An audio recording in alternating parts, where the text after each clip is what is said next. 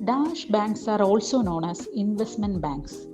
Options: A. Exchange banks, B. Commercial banks, C. Industrial banks, D. Agricultural banks. എന്താ നമ്മുടെ question?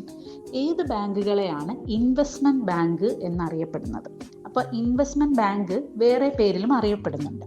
അപ്പോൾ ഏത് ബാങ്കിനെയാണ്? Option C ആണ് answer, industrial banks.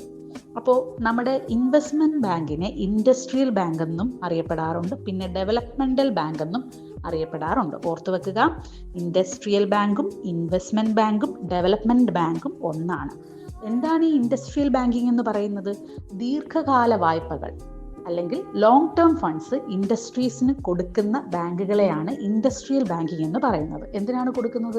അവർക്ക് fixed asset വാങ്ങിക്കാനോ അല്ലെങ്കിൽ മോഡേണൈസേഷന് വേണ്ടിയിട്ടോ അല്ലെങ്കിൽ ബിസിനസ്സിൻ്റെ എക്സ്പാൻഷനോ അല്ലെങ്കിൽ റീഓർഗനൈസേഷനോ ഒക്കെ വേണ്ടിയിട്ട് ദീർഘകാല വായ്പകൾ കൊടുക്കുന്ന ബാങ്കുകളെയാണ് പറയുന്നത് ഇൻഡസ്ട്രിയൽ ബാങ്കിങ് അല്ലെങ്കിൽ അഥവാ ഇൻവെസ്റ്റ്മെന്റ് ബാങ്കിങ് അല്ലെങ്കിൽ ഡെവലപ്മെന്റൽ ബാങ്കിങ്.